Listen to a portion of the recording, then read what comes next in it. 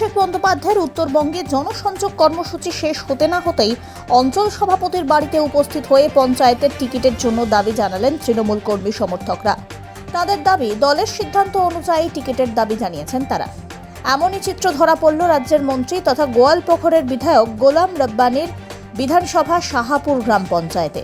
জানা গিয়েছে, গোয়ালপুকুরের 1 নম্বর ব্লকের শাহাপুর 1 নম্বর পঞ্চায়েতের মালকুন্ডা এলাকায় দুটি বোধের পঞ্চায়েত সদস্য এবং পঞ্চায়েত সমিতি টিকিটের দাবিতে অঞ্চল সভাপতি মোহাম্মদ নুরুদ্দিনের বাড়িতে গিয়ে হাজির হন কয়েকশো তৃণমূল কর্মী।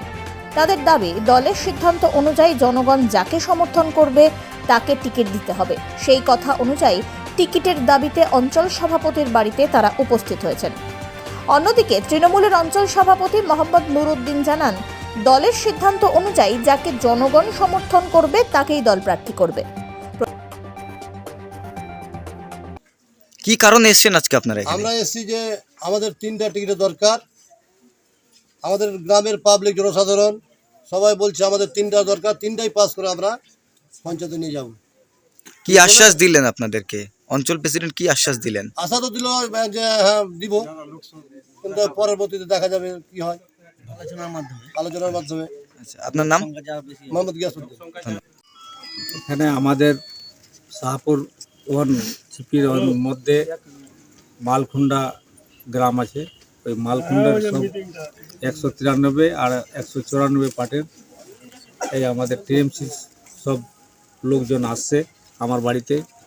এদের দাবি যে ক্যান্ডিডেটের ওরা যে ক্যান্ডিডেট বলছে তাদের টিকিটের জন্য। এখন এই রকম আমার বাড়িতে কালকেও কিছু লোক আসছিল ওই 2 সংসদ থেকে।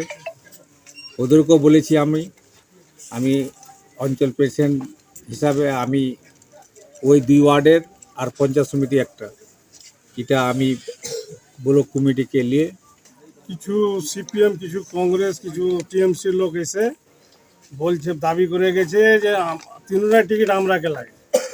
তা আমি তো 4 ভাগের বিধায়ক। আমি আগে কংগ্রেস থেকে ছিলাম এবং আমি এখন বর্তমানে টিএমসির মেম্বার আছি। তারপরে ওরাও কি করে টিকিটটা চায়। এই যে নিজামুদ্দিন হচ্ছে সিপিএমের ক্যান্ডিডেট, আর কালকে রাত্রে এসে বলছে যে আমাকে টিকিটটা দাও। আচ্ছা বলেন কি বললেন অঞ্চল নুরুদ্দিন, কি বললেন আপনাকে? না, বললো যে ঠিক আছে, যার সমর্থন বেশি হবে সেই টিকিট পাবে।